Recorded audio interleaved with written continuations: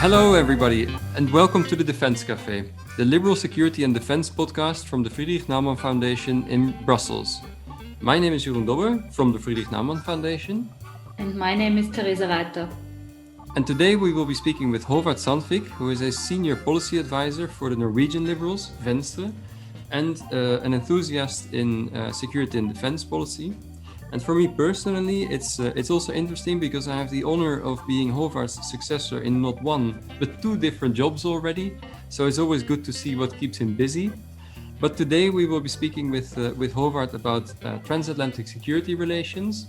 We'll talk about Norway's position in the transatlantic partnership and a new long-term defense plan that was launched in Norway recently and how that relates to other defense efforts in Europe. I'm particularly happy that Håvard is here today because I've known him for several years.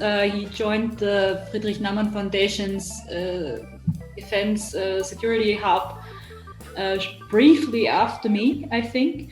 And he was really a member that brought a new perspective to the network because before him we were only policy advisors from EU member states.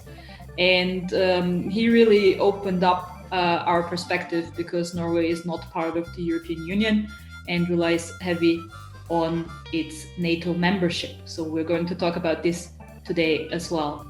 Yeah, it's going to be very interesting, I think. So let's see what he has to say.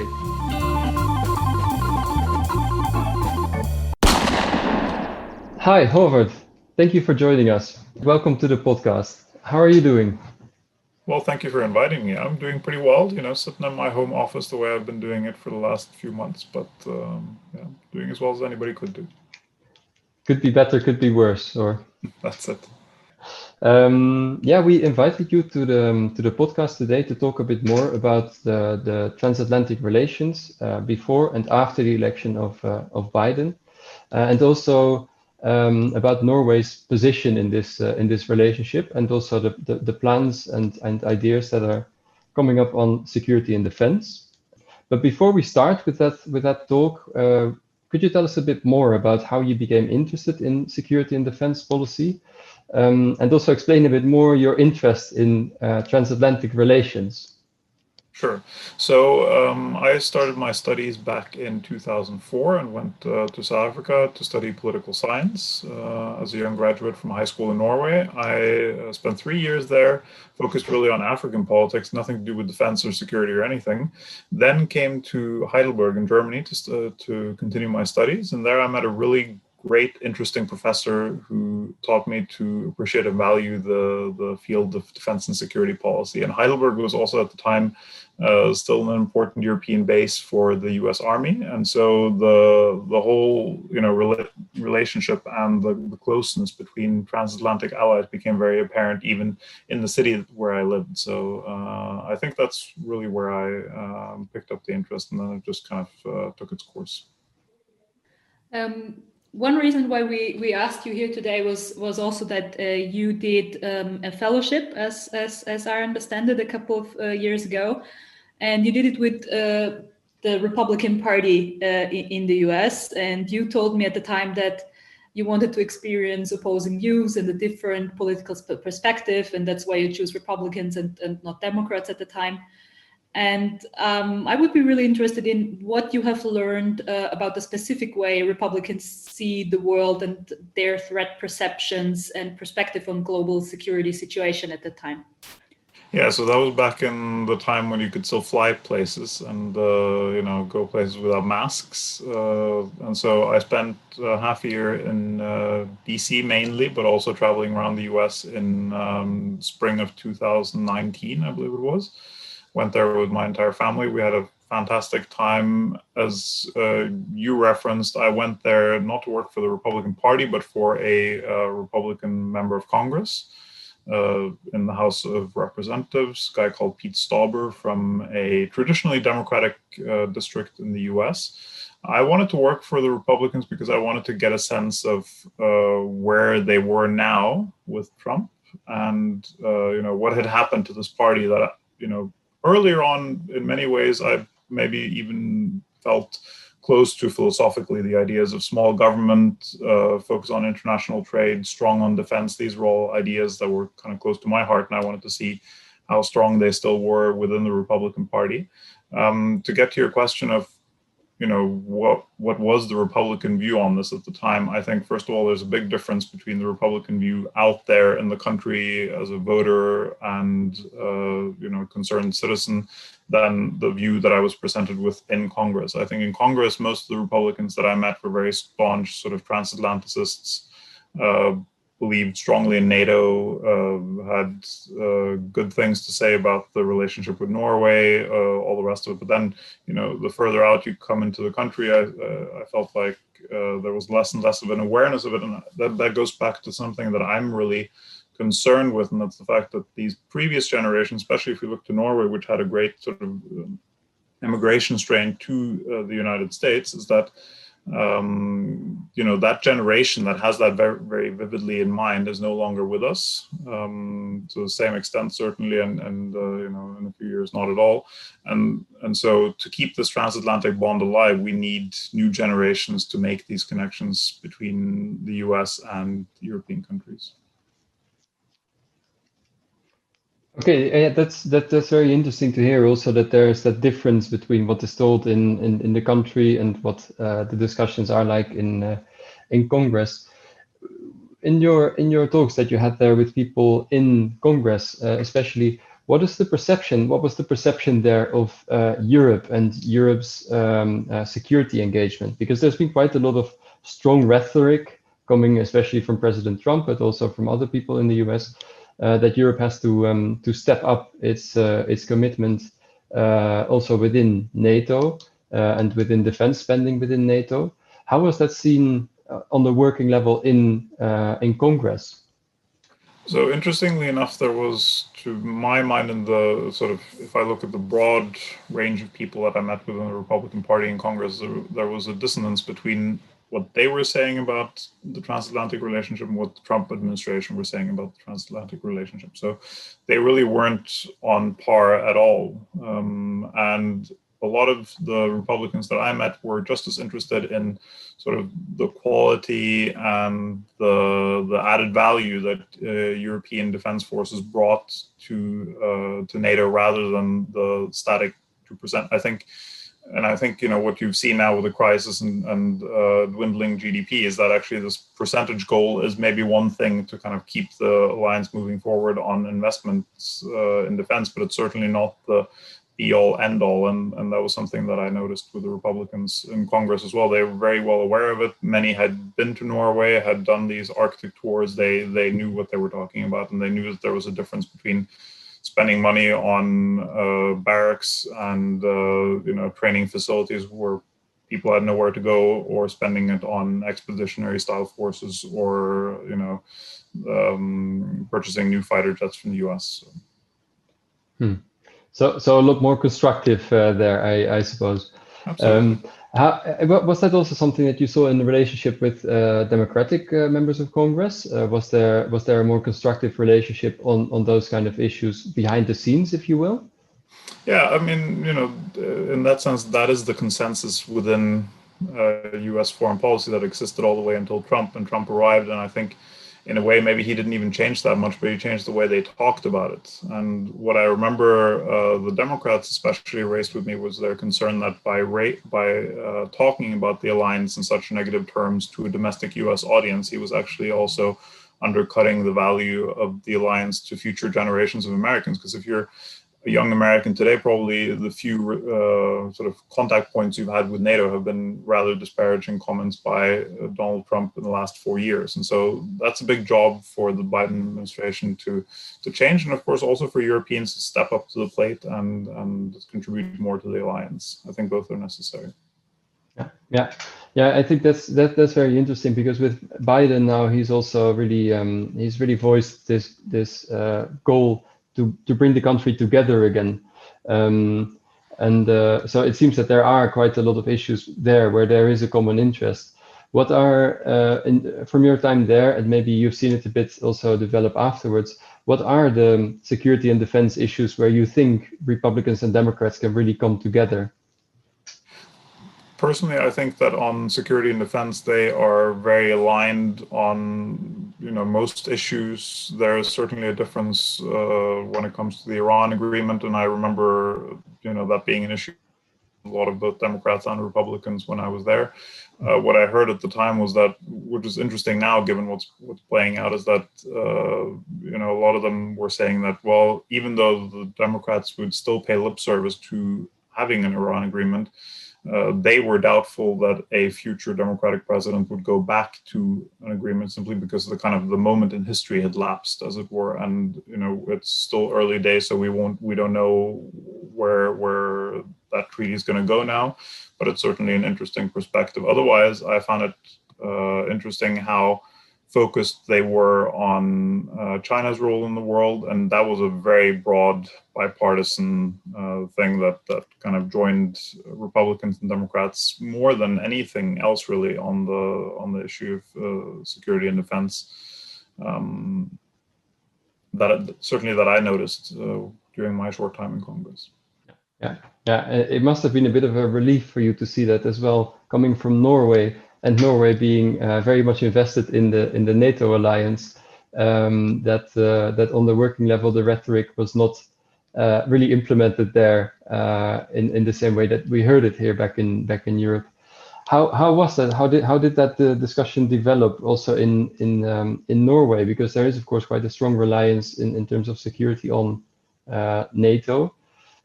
Trump's comments about NATO, how did that land back in Norway? So, obviously, my colleagues in government would have more to say about that, but I could just say that we've had a very close relationship with the US also during the Trump administration. And in fact, Norway's bilateral relationship with the US grew closer during those 4 years. There was more joint training, there was more exchange. We, continued our purchase of the F-35. Generally, it's been a very good relationship bilaterally, but of course, the issue for Norway was that multilaterally, the Trump administration was in a way weakening the overall credibility and the role of NATO as an alliance, and that was a big problem for us. Yeah. I don't know if you remember the story when Trump referred to shithole countries. Can you say shitholes on podcast? Yeah. So when he was speaking about shithole countries, he was saying we should get more folks from Norway, right? So Norway was the example that he used, and he actually this whole hoopla that he brought up was happening when he had the Norwegian Prime Minister visiting. So he actually brought out Norway as like the go-to countries. Why can't more countries be like Norway? So in a way, we were favorably treated by the Trump administration. If that was deserved or not, I'm not sure. Coming from a country of exploding trees, as Trump phrased it, it really amused us at the time. But it had, the change of the rhetoric must have had an impact. Now you're talking, it was a big problem, you're saying, but how did it change the perception of the citizens in Norway on NATO and Norway's role there, or the US's role there, or was there anything like a public debate about that? There sure was, and this is not sort of your mass issue, but certainly there were a lot more people who were talking about like strategic autonomy, sounding more and more like they came from the French Foreign Ministry than they came from a Norwegian setting. In a Norwegian setting, strategic autonomy for Europe is kind of nonsensical as long as we're bordering Russia, and the North American allies still contribute about 80% of the total defense of NATO. It seems very unlikely, but it actually became a topic in Norway during those years of the Trump administration that we need to look more to Europe and to see what we can do independently, because we don't know where the Americans are going to be in a few years' time. My party was always fighting this rhetoric, saying that no matter who's in the White House, we need a strong transatlantic alliance. But that line became more and more difficult to defend, as well as Trump did, more and more bizarre, unexpected, frankly, dangerous things. Is that line back to normal now, or is it has that changed in the meantime? So I think with Biden coming in, you're already now seeing sort of a new dynamic on the world stage with other countries noticing that there's a new sheriff in town and flocking back to multilateral institutions and agreements, and so the US is certainly making an impact like that. I think everybody wishes we could go back to sort of a pre-Trump moment. I don't think that's possible, and my representative in the Foreign Affairs Committee has argued very strongly that what's going to happen in the next 4 years is really Biden has to and will focus on his domestic agenda, and that's actually the most important contribution he can make to world peace at the moment, is to concentrate on healing the United States, because what we've seen over the past few years is how much damage you can do by tearing apart this country that is the leading democracy in the world, and so we need, as Europeans, I think we need to be supportive of that and to shoulder more of the burden in Europe and in the world, so that they can focus on healing and getting back to normal. That is very nice. Very nice way of phrasing that, because I think there were a lot of expectations on the United States after the election of Joe Biden, also in terms of international politics. But what you just said is actually something that we should keep in mind while we're dealing with foreign policy all the time. So speaking of Norway, not too long ago, Norway passed a long-term defense plan. I looked through the articles I could find on that, and some of the cornerstones are another commitment to increase defense spending, which in 2019 has already been 1.8% of the GDP. So you're pretty close to hitting the 2% goal. There is also an emphasis on preparing civilians, crisis management, the whole government approach in this defense plan. Just tell us a little bit more about that, please. And I'm particularly interested in the defense spending part, because it's quite a lot. I know that many countries in the regions have quite a high budget on security, and how is that perceived in Norway, especially like with the liberal voters, because I know that you always have to decide between spending money on education and other stuff and security, and sometimes with the liberal voter, it is a hard argument to make to spend more on security and defense.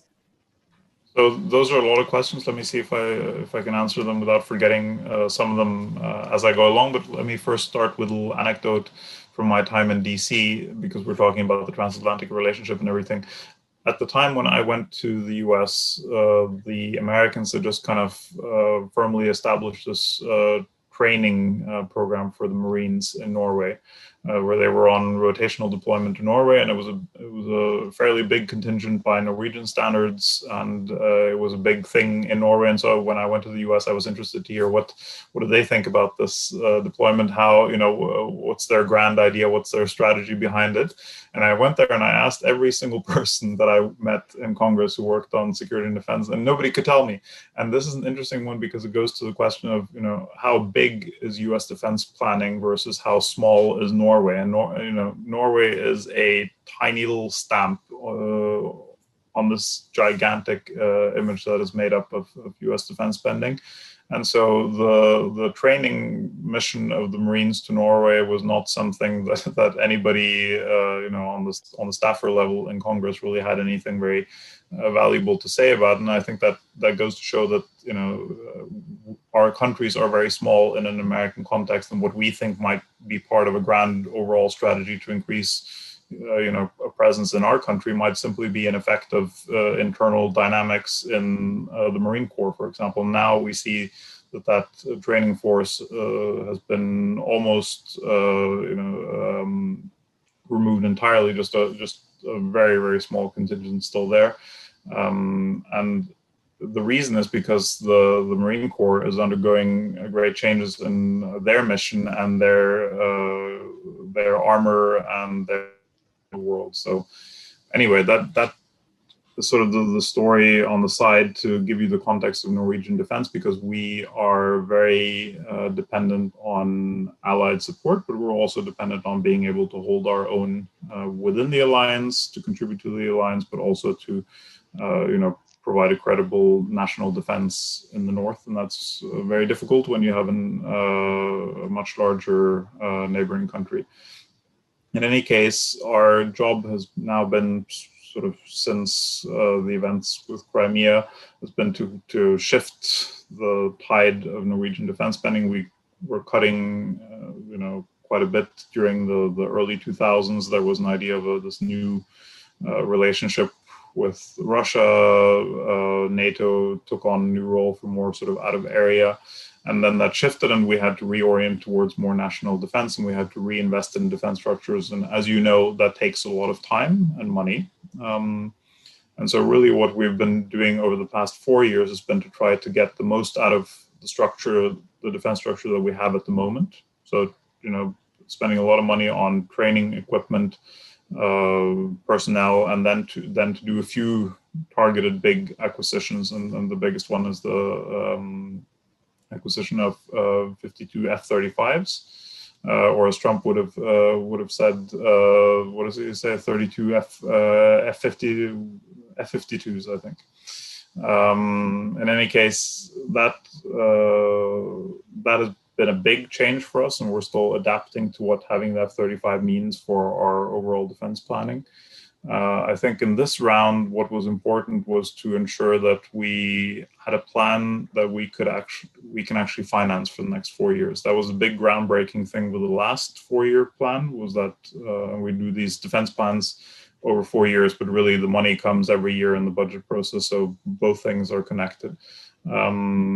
And the last defense plan was great because we were actually able to fulfill it and invest what we were setting out to invest in, not just to plan things that would never happen because we didn't have the money and we didn't plan to spend the money.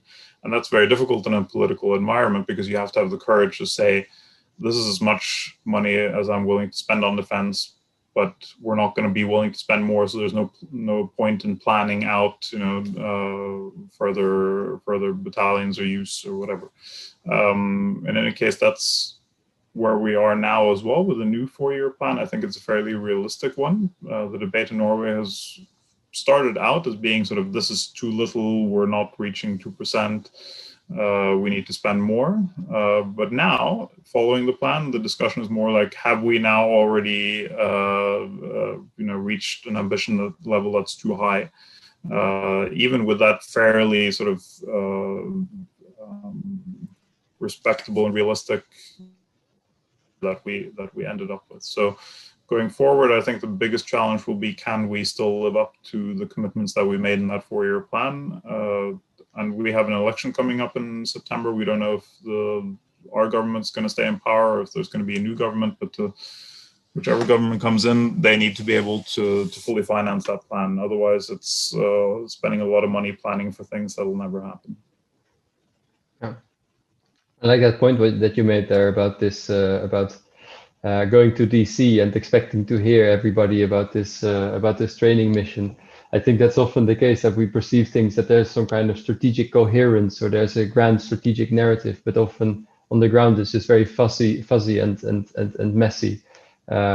So in Norway, in the left, the political left has always pushed this idea that the Americans actually want bases in Norway, and that's why they were there with this training mission, and it was part of the scheme. Yeah. No scheme that I could tell. Yeah, exactly. Okay, interesting. About the new budget plan. Usually, when there's a new budget plan, there are also new priorities that are captured in that. Has that changed as well? What are the new priorities? What are the new things that are brought up in this budget plan? Are there any, or is it more like a traditional just expanding the overall budget? And has there been it has been a debate in Europe for quite a long time now that the wars of the future will not look like the wars of the past, and that we need to develop additional capabilities.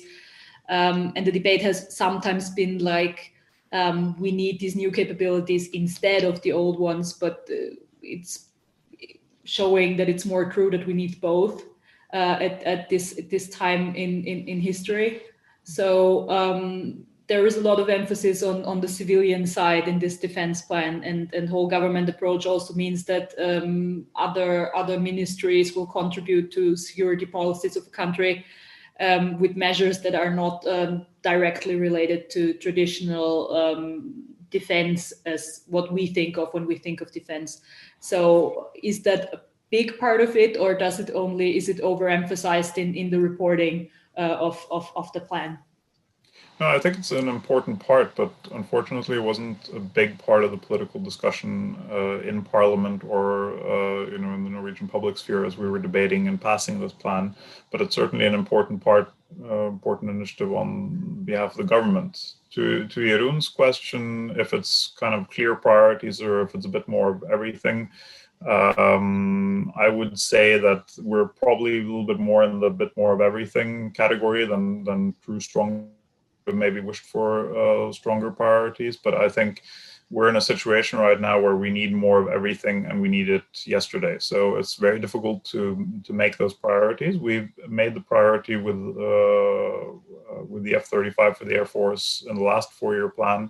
We'll continue that acquisition until the end, in this coming plan as well. But other than that, the idea now is to kind of bring a bit more balance into the structure, again, to reinvest more in the Army and in the Navy as well. So you'll see sort of investment spread out in all those areas. The big political crunching points in the Norwegian public sphere has been investments in tank capability and rotary wing.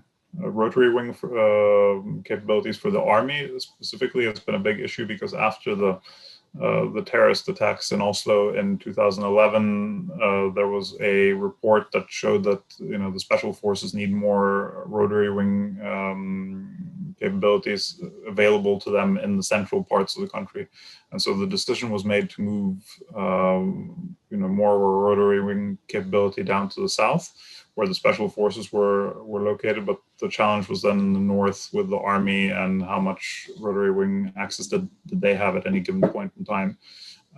So in Norway, the rotary wing is always in a way the property of the Air Force. So it's not that the Army has its own capability, but where they're based is a big topic. So there was a discussion around that. The long story short is that we're going to acquire more helicopters once we start the acquisition for helicopters that we're going to do for the special forces. We're also going to add more helicopters for the Army. So that was one big issue. The other issue is that we've beefed up plans for replacing our ancient Leopard tanks in northern Norway. So you see we're investing in quite a lot of these traditional capabilities, but there are also some areas like with the Navy where we're looking at a whole new fleet structure, and we said we need more time to figure out what technologies are going to be the appropriate replacements for what we have right now. So we've prolonged the life expectancy of this class of corvettes that we have. We're still discussing what to do. We had a frigate that unfortunately had an accident. When was that? I think about a year ago.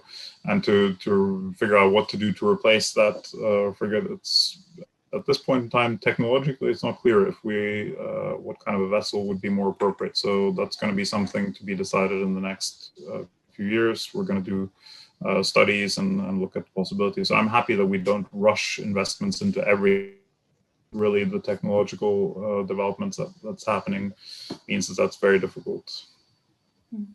Yeah. In the analysis of threats of many European countries in the past years, the danger of a global pandemic and the danger of a larger blackout that maybe lasts for a couple of hours has always been quite high up in both probability and impact on especially civilians. And both of these threats can be fought best if the civilians are prepared for it. I was wondering, I mean, you passed this, you published this defense plan before the pandemic really hit Europe. From your point of view, does it look like if you had started this path earlier on making this bigger deal, civilian preparedness, making this a bigger deal, would Europe be more prepared for? Would Europe have been more prepared for what was coming with the corona pandemic? I mean, for somebody who's not working on those kind of crisis day-to-day operations, it's maybe a bit hard to tell, but I would say that the long-term defense plan came at the same time as this sort of what's called in Norwegian beredskaps strategy. So this plan to deal with natural emergencies, catastrophes, pandemics, that kind of thing. Those two issues came together in Parliament to be treated in Foreign Affairs Committee and the Justice Committee. These plans usually take a lot of time to implement. So even if you would have had to have them much, much earlier for that to have made any operative difference. So if we had launched this, I don't know, a year before or something, it wouldn't have really made a huge operative difference. It's still a big boat to steer and to change the direction of a government, even of a small country like Norway. So I'm not so sure it would have made a difference, but I think it was good that we had these cases up for debate at the time when we were, living with corona and the effects of that, because I think it put pandemics into a whole new light and made it more important. To get back to one of your questions, Teresa, you asked, how does this work for a liberal voter audience and with competing priorities? I think that this is something that we prioritize not because it's going to get us a lot of voters, but because it's the right thing to do and it's important. From our party's point of view, we went into this planning thinking that what's important for us is that we invest in personnel, because we think that personnel need to get some added value being in the service. They need to get well taken care of when they're doing this job for our country. We emphasized training and we emphasized operations with allies, and on all of those areas we saw results, and it's not always the most expensive ones, but I think our recognition was that we need to invest in the people who are behind this defense force. We need to invest in allied training so that we are not alone in the struggle, and we need to invest in training because what good does fancy weaponry do if we don't use it? So that was kind of our baseline. Again, this was not our poster topic as far as winning voters in the elections, but it's absolutely the right thing to do, and you couldn't invest in all those other things unless you had a credible defense investment as well. A good message to all the other countries who are struggling to prepare for threats of the future. It's really like you have the political discussion, then you have an election, then it's forgotten about again, then you have the long-term plan again, then you have the next election. It really takes a long time is something I think everybody should keep in mind when making these plans and start very early on. Good. Jeroen, do you want to ask our actually most important question of the podcast? Yes, I think we're running out of time. Unfortunately, I think we could continue talking for a lot longer, but we're gonna have to wrap up soon. But before we let you go, Håvard, we still want to ask you a question that we always ask in this podcast. So perhaps you've heard it before already. And that question is: if Europe's defense would be an animal, what animal would it be? And there's a bonus question: what animal should it be? So I have to say, I was hoping that we would run out of time before you got to the section, because I don't think I have a very good answer for you. I was considering this question in advance, and I think I have to land on a royal penguin. For you guys. So I suppose you get folks on this podcast from all over Europe, and they will bring up sort of animals from their natural surroundings. And since I come from an Arctic Arctic country, although I don't live in the Arctic myself. I figured it would be appropriate to bring in the penguin. The penguin is also the mascot of the Royal Guards in Norway. And there is a penguin in the Edinburgh Zoo who is a member of the Royal Guard and has actually been promoted on several occasions, is now a brigadier. So this is really the animal for us. But to bring it into sort of your metaphor, I think this is an animal that is small, might look kind of awkward on occasion, but when it comes to it, really has handle different terrain, to deal with different surroundings, and has a killer instinct. And I think it's a good animal both to be and to aspire to be. So in that sense, I would say it's my answer for both of your questions. Great, power to the penguin. That's the first time we've heard that one, and I really like that, I must say. So we'll keep that one in mind. Yeah, everybody else, they don't pick animals from their own countries. They all say lion. And it's a baby lion, and it should be a grown lion, or it's a baby tiger, and it should be a great tiger or something. So I love your comparison to the penguin, the royal penguin. I think our colleague Sebastian Fact will also love this. So thank you for joining us today, Howard. Sure. Thank you very much. It was a lot of fun. Absolutely. Absolutely. Yeah. So, okay. Ciao. Okay. Right. Thank you so much, Howard. That was interesting. Absolutely, yeah. Not very only penguin-wise, but also like what he said about there being more pressure on Norway for upholding its part of the bargain in the NATO alliance, because they depend so heavily on it, because they're not part of the European Union. I think it's very different for European countries that are part of NATO and the European Union. So yeah. It was an interesting take. Yeah, and absolutely. And also I found that point that he made about the awareness of people in DC about security and defense issues in Europe, and the strategy or lack of strategy perhaps behind it. I thought that was also an interesting one, and I think we can see that quite often, that we interpret things as like a big strategic shift or moment, while actually maybe it's just an operational thing. He said a lot of relieving things.